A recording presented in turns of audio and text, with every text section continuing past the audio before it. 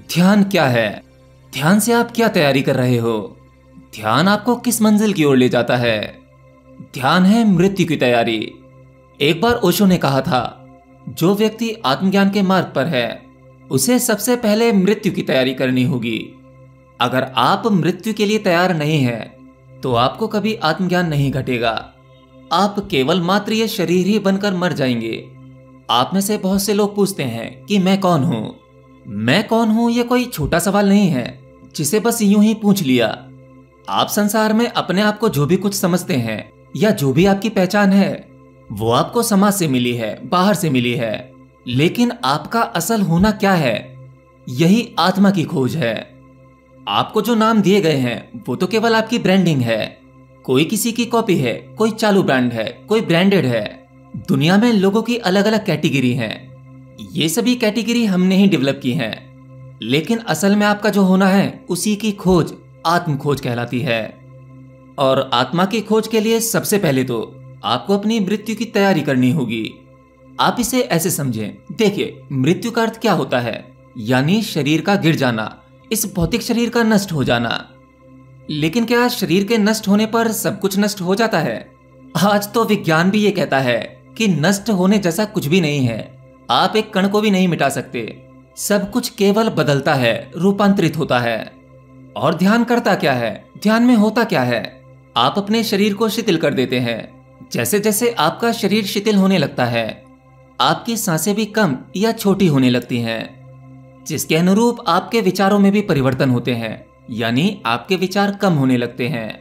धीरे धीरे शरीर शांत हो गया, विचार कम हो गए। एक अवस्था ऐसी आती है जहां विचार भी नहीं होते। इस अवस्था में आपके शरीर का ना होना, इस प्रकार का बोध होने लगता है। असल में आपका शरीर और आपके विचार आपके साथ बहुत गहरा तादात्म्य बनाए हुए हैं। मतलब जब तक शरीर और आपके विचार अपने कार्य में होते हैं तब तक आपको केवल इन्हीं दो चीजों का बोध रहता है जो आपकी बहुत ऊपरी परतें हैं। लेकिन ध्यान इन्हें गिराने का प्रयास है, जहां आपका शारीरिक बोध धीरे धीरे कम होने लगता है। फिर आपका मानसिक बोध भी कम होने लगता है। ये लगभग मृत्यु वाली अवस्था होती है। और इसीलिए मेरे पास में बहुत सारे कमेंट्स आते हैं। आप लोग कहते हैं कि सर मैं ध्यान तो करता हूं, कई बार ऐसा होता है कि मैं गहरे ध्यान में उतर रहा होता हूं और वहां पर मुझे बहुत डरावना अनुभव होता है। एक अजीब सा डर, अकेले होने का डर, सब कुछ छूटने का डर। असल में ये मृत्यु का ही डर है, क्योंकि मृत्यु भी बिल्कुल ऐसी ही अवस्था होती है जहां आपका शरीर छूट रहा होता है, आपका मन अपनी अलग यात्रा की ओर तैयारी करता है। ये दोनों ही चीजें छूटने का बोध या इसका अनुभव, यही मृत्यु का अनुभव है। कोई भी साधक अपनी आत्मज्ञान की यात्रा में जब तक अपने जीते जी मृत्यु का अनुभव नहीं कर लेता उसे कभी आत्मज्ञान नहीं घट सकता। जिसमें कि ध्यान पहली सीढ़ी है और योग निद्रा दूसरी सीढ़ी। यानी अपने शरीर और विचारों के प्रति सजग रहना, होश पूर्वक रहना। सबसे पहले तो आपको अपने ध्यान में होने वाले डर का सामना करना होगा।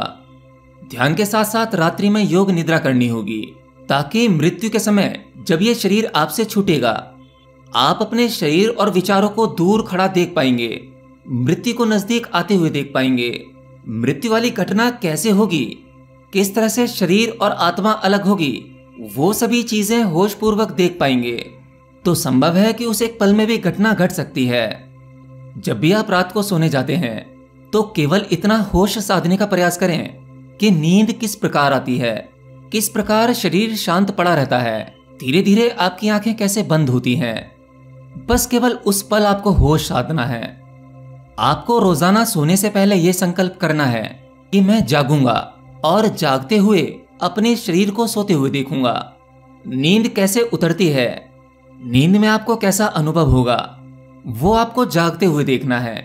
याद रखना, आपको उस भौतिक तल पर नहीं जागना है, केवल यह प्रयास करना है, एक होश साधने का प्रयास करना है कि आप नींद में भी जाग सको। क्योंकि देखो, जब आपको नींद आती है तो आपका शरीर शिथिल हो जाता है, एकदम शांत।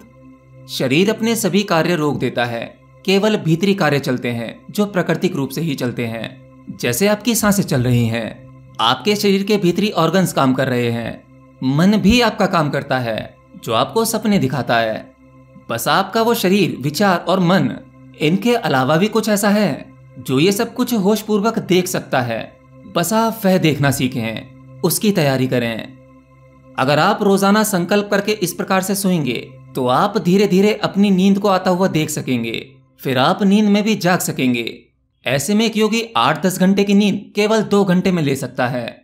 जिस दिन आप ये समझ जाते हैं कि ये शरीर सोता रहता है और मन अपना कार्य करता रहता है, परंतु एक ऐसी चीज है जो इन सबको देख पाती है, होश पूर्वक अनुभव कर पाती है, वही एक चीज आपके भीतर एक क्रांति ला देती है। तब आपको एहसास होता है कि आप ये शरीर नहीं हो, ना ही आप मन हो।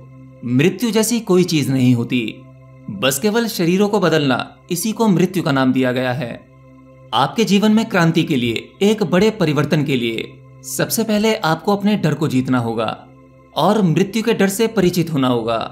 ध्यान के किसी अनुभव से डरना नहीं है और ना ही किसी अनुभव से खुश होना है। बस जो दिखे उसे देखो, अनुभव चाहे डरावना हो या कैसा भी। डरोगे तो रुक जाओगे और आगे बढ़ते रहोगे तो आत्मज्ञान पा सकोगे।